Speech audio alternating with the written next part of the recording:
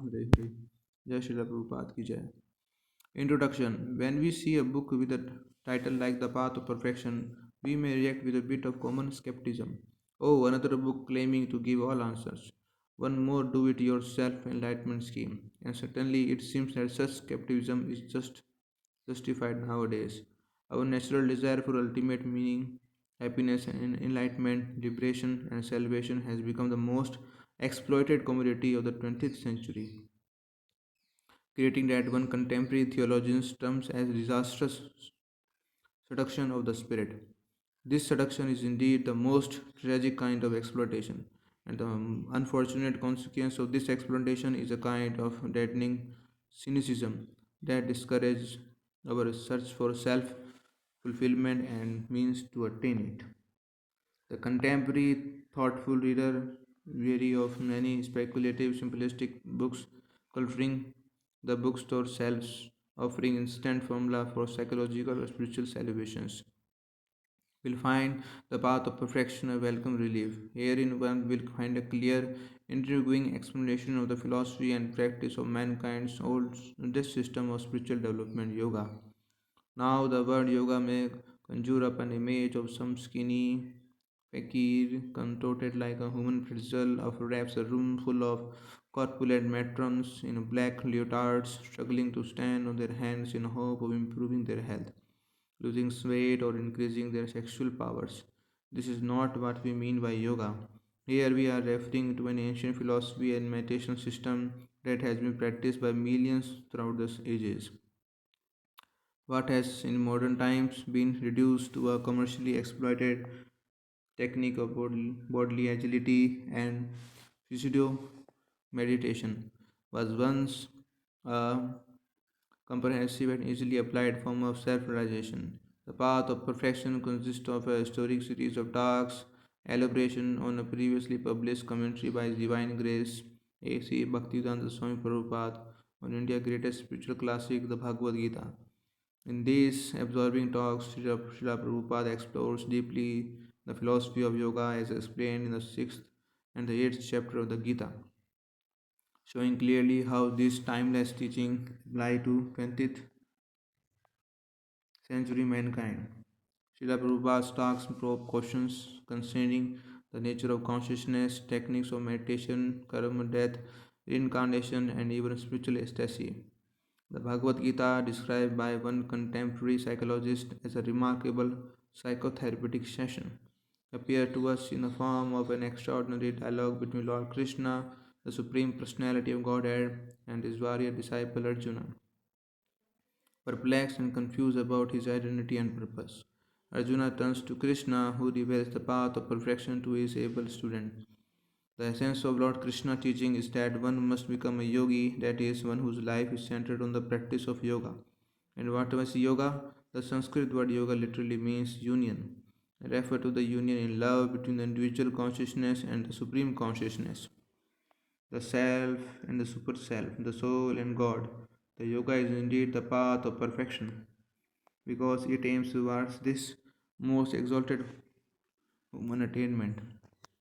In the Bhagavad Gita, we discover four basic varieties of yoga described. Karma yoga refers to the process whereby one performs his work for God.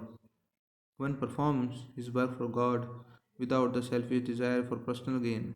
Jnana Yoga is the process of elevation to spiritual consciousness through the cultivation of philosophical knowledge. The Ashtanga Yoga system, of which the modern Hatha Yoga is a watered down version, is a mechanical meditative practice meant to control the mind and senses and focus one's concentration on the Supreme. These three yoga systems culminate in Bhakti Yoga, the yoga of selfless, ecstatic, devotional love of God, Krishna. Lord Krishna himself states in the last chapter of the sixth, of all the yogis who always abides in me with great faith, worship me in transcendental loving service, is the most intimately united with me in yoga and is the highest of all. In the path of perfection, Srila Prabhupada offers a brilliant summary of the methods of Bhakti Yoga, revealing the universal applicability of this simple but all inclusive form of yoga.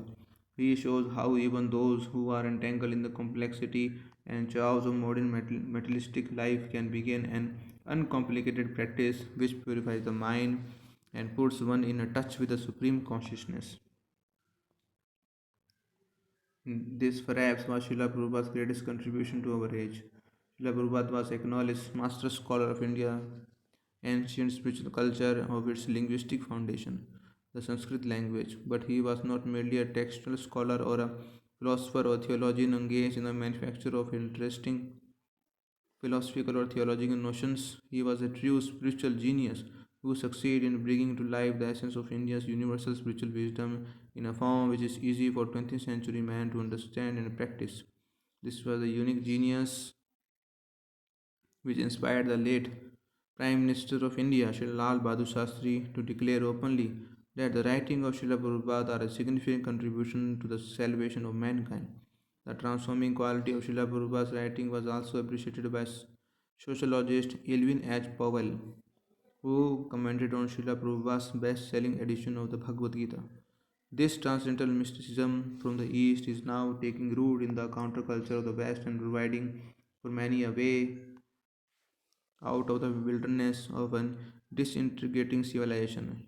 If truth is what work, there must be a kind of truth in the Bhagavad Gita as it is, since those who follow its teaching display a joyous serenity usually missing in the bleak and strident lives of contemporary people.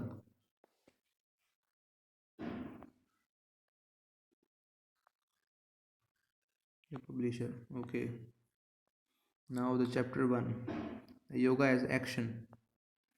In the sixth and the eighth chapter of Bhagavad Gita, Lord Sri Krishna, the Supreme Personality of Godhead, explained that the Eightfold Yoga system is a means to control the mind and senses. This method, however, is very difficult for people to perform, especially in this age of Kali, an age characterized by ignorance and chaos. Although this Eightfold Yoga system is particularly recommended in the sixth chapter of the Bhagavad Gita, the Lord emphasized that the process of Karma Yoga, action in Krishna consciousness, is superior. In this world, everyone acts to maintain his family, and everyone is working with a view to some self interest or some personal sense gratification, but it can concentrated or extended. But to act perfectly is to act in Krishna consciousness, and this means acting detached from the fruits of the labor. It is our duty to act in Krishna consciousness because we are constitutionally part and parcel of the Supreme. The parts of the body work for the satisfaction of the entire body, not for the individual parts. The goal is the satisfaction of the complete whole. Similarly, the living entity should act for the satisfaction of the supreme whole, the personality of the Godhead, not for his own personal satisfaction. For one who can do this is the perfect sannyasi and the perfect yogi.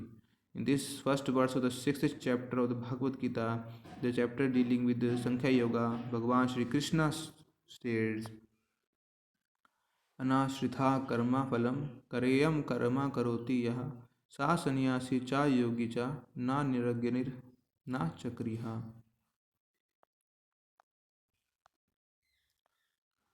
One who is unattached to the fruit of his work and who works as he obligated is an renounced order of life, and he is the true mystic, not he who lights no fire and performs no work. Sometimes sannyasi renunciates incorrectly think that they have become liberated from the material engagement and therefore no longer to have performed Agni Yotra yajnas or fire sacrifices. This is a mistake. Certain yajna sacrifices have to performed by everyone for purification.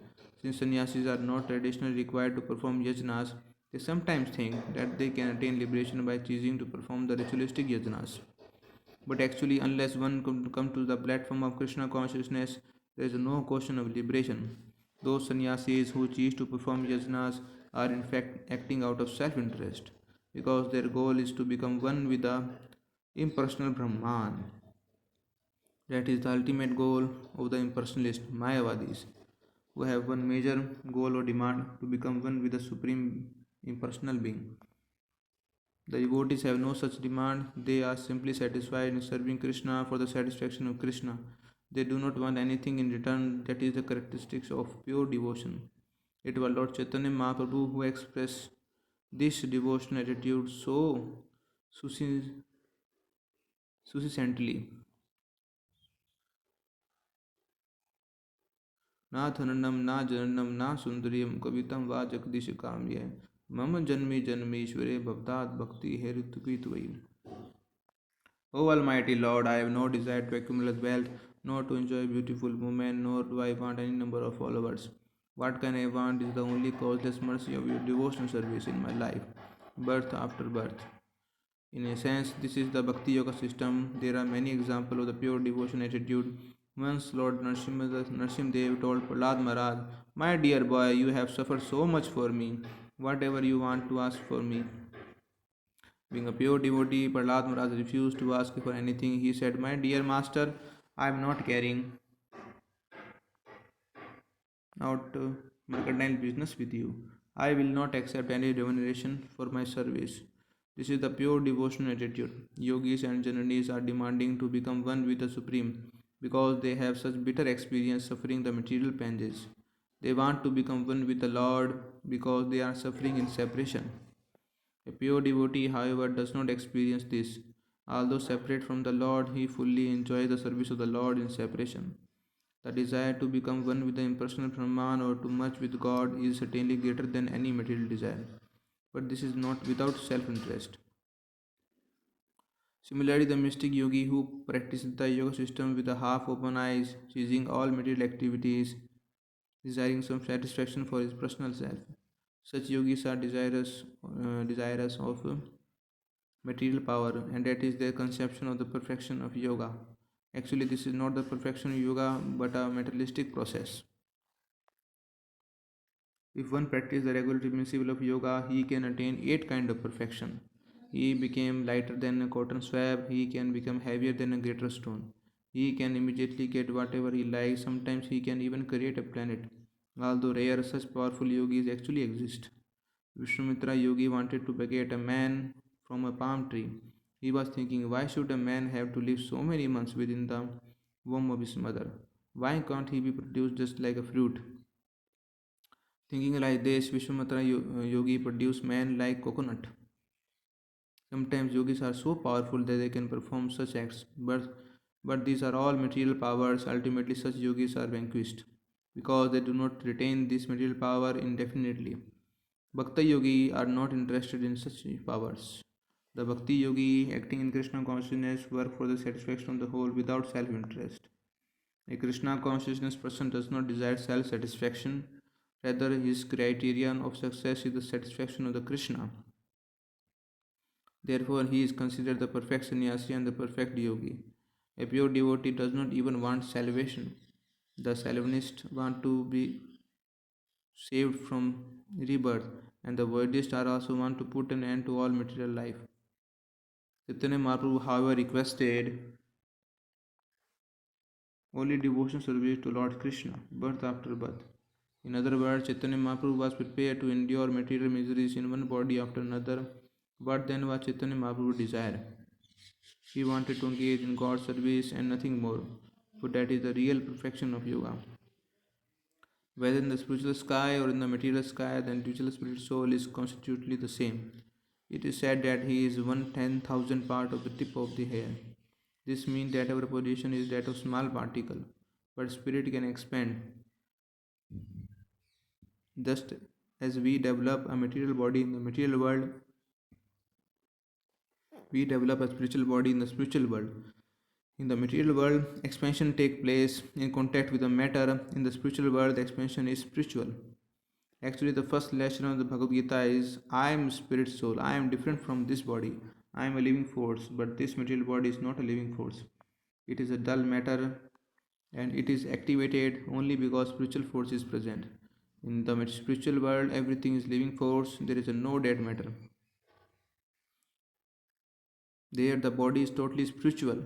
One may compare the spirit soul with the oil and the body with the water. When oil is in water, there is a distinction, and the distinction always remain. In the spiritual sky, there is no question of oil being placed in water. There, everything is spirit. The impersonalists do not want to develop a body; they simply want to remain a spiritual particle. That is their idea of happiness. But we Bhakti yogis, Vaishnavas want to serve Krishna, and therefore we require hands, legs, and all other bodily parts. Indeed, we are given these bodies in order to serve Krishna. Just as we develop a material body in our mother's womb, we can similarly develop a spiritual body in the spiritual world. The spiritual body is developed through the practice of Krishna consciousness. This material body is spiritualized by this Bhakti Yoga process. If you place an iron within fire, the iron becomes so hot that it also becomes fiery. When the iron is red hot, it requires all the qualities of fire. If you touch something with that iron will act as fire. Similarly, although this body is material, it can become spiritualized through Krishna consciousness and act as spirit. Although copper is just a metal, as soon as it comes in contact with electricity, it becomes electrified. If you touch it, you will receive electric shock. As soon as your body is spiritualized, material activity ceases. Material activity means acting for sense gratification. That is the definition of material activity.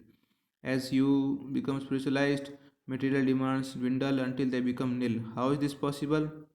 In order for an iron to act as a fire, it must remain constantly in contact with the fire. In order for the material body to become spiritualized, one must remain constantly in Krishna consciousness. When this material body is fully engaged in spiritual activities, it becomes spiritual. According to the Vedic system, the body of a high personality sannyasi is not burned but buried, because sannyasi's body is considered spiritual, having ceased to engage in material activities. If everyone in this world engages fully in Krishna consciousness and ceases to work for sense gratification, this entire world immediately becomes spiritual. Therefore, it is necessary to learn how to work for the satisfaction of Krishna. This requires a little time to understand. If something is used for Krishna satisfaction, it is spiritual. Since we are using microphones, typewriters, etc., in order to talk and write about Krishna, they become spiritualized. What is the difference between prasad and ordinary food? Some people say, what is this prasad? We are eating the same food. Why do you call it prasad? It is prasad because it has been offered for Krishna satisfaction and thus becomes spiritualized. In higher sense, there is no matter at all. Everything is spiritual. Because Krishna is spiritual and matter is one of the energies of the Krishna. Matter is also spiritual. Krishna is totally spiritual and spirit comes from spirit. However, because the living entity are misusing this energy, that is, using it for something other than Krishna purposes, it becomes materialized, and so we call it material. The purpose of this Krishna consciousness movement is to re-spiritualize this energy. It is our purpose to re-spiritualize the whole world, socially and politically. Of course, this may not be possible, but it is our ideal. At least we individually take up this re-spiritualization process, our lives will become perfect. In Bhagavad Gita, Krishna says that he is provided for his devotee by giving them what they lack and preserving what they have. People are very fond of saying that God help those who help themselves, but they do not understand that helping yourself means putting yourself under Krishna protection. And if one thinks, oh, I can help myself, I can protect myself, one is thinking foolishly. As long as my finger is attached to my body, it is useful and I may spend thousands of dollars to preserve it. But if this finger is cut off, it is useless and is thrown away. Similarly, we are part and parcel of Krishna, and helping ourselves means putting ourselves in our proper position as his part and parcel. Otherwise, we are only fit to be cast away. The finger can help itself only when situated properly on the hand and working on the behalf of the entire body. If the finger thinks, I will separate myself from this body and simply help myself, that finger will be cast away and will die. As soon as we think, I shall live independently of Krishna, that is our spiritual death. As soon as we engage in Krishna service as his part and parcel, that is our spiritual life. Therefore, helping oneself means knowing one's actual position and working accordingly. It is not possible to help oneself without knowing one's self position. Serving service means activity. For when we serve someone, we are acting. When we serve Krishna, we are preaching Krishna consciousness, or cooking, or cleansing the temple, or distributing books about Krishna, or writing about him, or shopping for foodstuff to offer him. There are so many ways to serve. Helping Krishna means acting for Krishna, not sitting down in one place artificially meditating. Krishna consciousness means activity. Whatever asset we have should be utilized for Krishna. That is the process of Bhakti Yoga. Krishna has given us a mind and we must utilize this mind to think of Krishna. We have been given these hands, we must use them to wash the temple or cook for Krishna. We have been given these legs, we should use them to go to the temple of Krishna. We have been given a nose and we should use to smell the flowers that have been offered to Krishna. Through the process of Bhakti Yoga, we engage all the senses in the service of Krishna. In this way, the senses are spiritualized. In Bhagavad Gita, Arjuna was refuting to act, and the Krishna was in aspiring him to engage in activity. The entire Bhagavad Gita is an inspiration to work, to engage in Krishna consciousness, to act on Krishna behalf. Krishna never tells Arjuna, my dear Arjuna, don't concern yourself with this war, just sit down and meditate upon me. This is not the message of Bhagavad Gita. We are not to refrain from all activity, but only from those activity that impede our consciousness of Krishna. Meditation means stopping all nonsense activities. Those who are advanced in Krishna consciousness are constantly working for Krishna. A mother tells only her bad child to sit down and do nothing. If a child can do nothing but disturb his mother, the mother says, my dear child, just sit down here and keep quiet. But if the child can work nicely, the mother says, my dear child, will you please help me to do this? Will you go over there and do that? Sitting still in one place is just for those who do not know how to work sensibly. As long as the child sits in one place, he does not raise havoc. Sitting still means negating nonsense.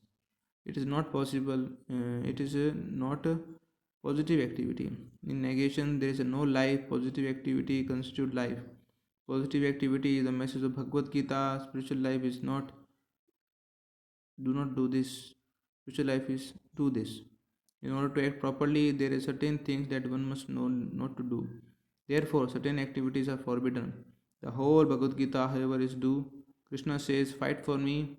At the beginning of Bhagavad Gita, when Arjuna told Krishna, I will not fight, Sri Krishna said, Kutastava kasmalam idam visame samupastitam anarya justam asvargyam akirti karam Arjuna. My dear Arjun, how have these impurities come upon you? They are not at all befitting a man who knows the progressive values of life. They lead not to higher planet but to infamy. Krishna directly tells Arjuna that he is speaking like a non-Aryan, that is, like one who does not know the spiritual values of life.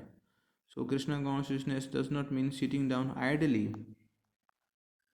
Krishna himself does not sit down idly.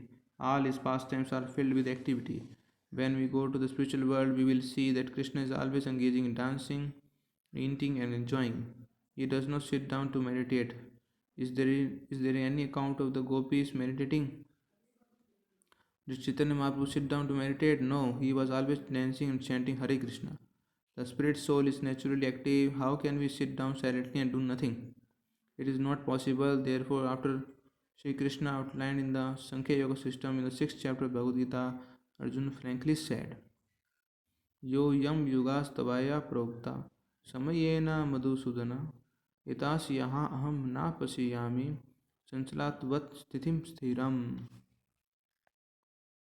O Madhusudan Krishna, the system of yoga which you have summarized appear impractical and undurable to me, for the mind is restless and unsteady.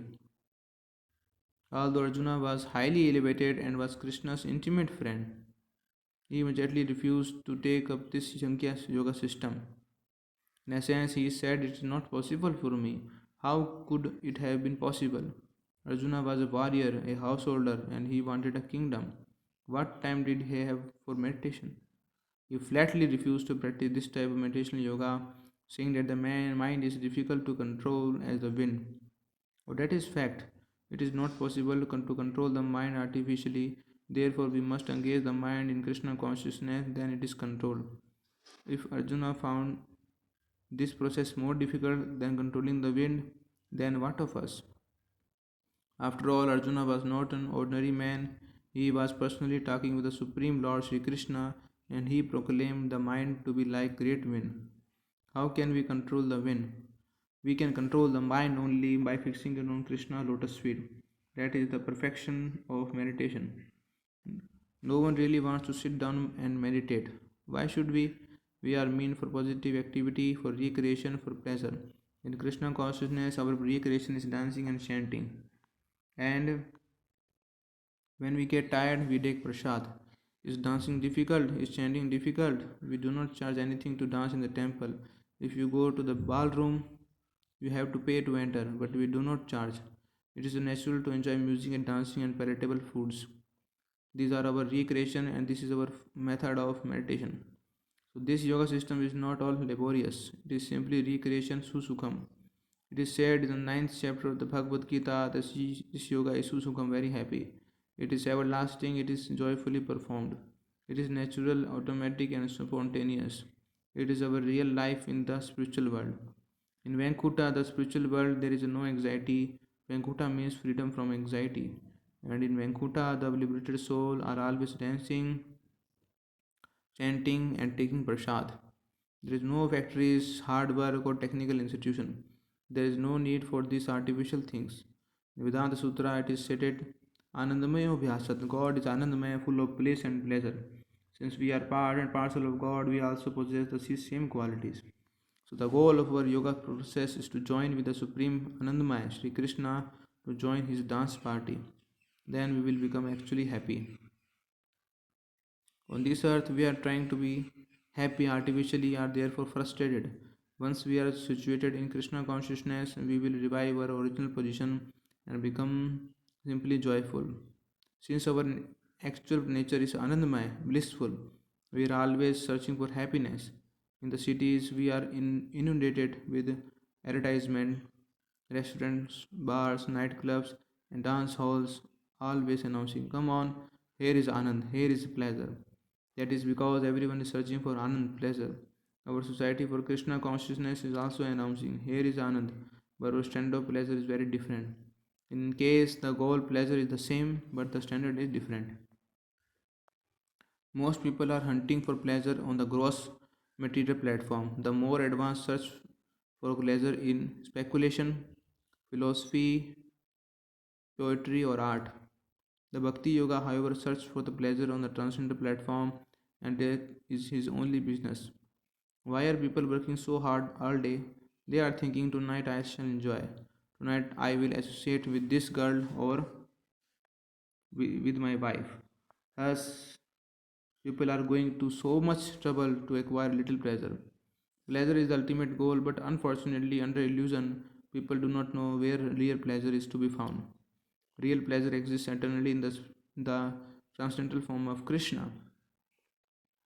Perhaps you have seen picture of Krishna. If so, you have noticed that Krishna is always jolly. If you join his society, you will also become jolly. Have you ever seen picture of Krishna working with a machine? Have you ever seen picture of Krishna smoking? No, he is by nature full of pleasure. If you unfold yourself in that way, you will find also pleasure. Pleasure cannot be found artificially. आनंद चिन्माया रसा प्रतिभाविताभिस्तभिर्या एव निजारूपताया कलाभिः गोलोक एव निवसति अखिलात्मा भूतो गोविंदमादिपुरुषं तम अहम भजामि. I worship Govinda, the primeval Lord, residing in his own realm Golok with Radha, resembling his own spiritual figure, the embodiment of the ecstatic potency, possessed of the 64 artist activities in the company of her confidants, Sakhis, embodiment of the extension of her bodily form, permeated and vitalized by his ever blissful spiritual rasa. The word rasa means taste or mellow. We enjoy sweets or candy because of their taste. Everyone is trying to enjoy some taste, and we want to enjoy sex because there is some taste there. That is called adi taste. Material tastes are different because they are tasted and quickly finished. Material taste lasts only a few minutes. You may take a piece of candy, taste it, and say, Oh, that is very nice. But you have to taste another in order to continue the enjoyment. Material taste is not unlimited, but real taste is without end. Spiritual taste cannot be forgotten, it goes on increasing. Ananda Buddhi Vardhanam, Chaitanya Mahaprabhu says. This taste is always increasing. Spiritual taste is like ocean in the sense it is very great. The Pacific Ocean is always tossing, but it is not increasing. By God's order, the ocean does not extend beyond its limit. If it extends, there is a walk.